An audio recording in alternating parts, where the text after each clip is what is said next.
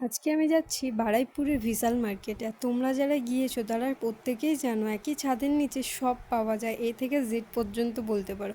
আমি প্রায় এখানে অনেকবারই গিয়েছি, কারণ এখানে হচ্ছে সব কিছু একই জায়গায় একসঙ্গেই পাওয়া যায়, যার জন্য আমি এখান থেকে প্রায় জিনিস নিয়ে থাকি। তো আমি ফার্স্ট চলে গেছিলাম, যেহেতু একটা নিউবর্ন বেবি আছে যার জন্য কিছু শপিং করার ছিল, তো সেগুলোই আগে কেনাকাটা করে নিয়েছি। তারপর আমি যাচ্ছিলাম উপরে আমার কিছু কিচেনের জিনিস নেওয়া। তো এখানে সব থেকে আমার ফেভারিট কালেকশান হচ্ছে ব্যাগের। ব্যাগ আমি যতবারই আসি একটা করে নিয়ে যাই, কিন্তু এবারে অনেকগুলো ব্যাগ থাকায় আমি একটাও ব্যাগ নিইনি, কারণ হচ্ছে আমার কাছে প্রচুর ব্যাগ জমে গেছে যেগুলো আমি একদমই ইউজ করিনি। তারপর এখানে আমার কিছু প্রয়োজনীয় জিনিস যেগুলো আমি একে একে করে নিয়ে নিই। আর আমার বেডের সাইডের জন্য এখানে একটা ম্যাট যেটা লাগবে, তো তার সাইজ একদমই পাচ্ছিলাম না, যেটা খুঁজতে আমি আসলে একদমই ব্যস্ত হয়ে গেছিলাম। তারপর আবারও এখানে একটা জামা আমি নিতে চলে আসি, আমার খুব পছন্দ হয়েছিল, যেটাই নিতে এসেছি।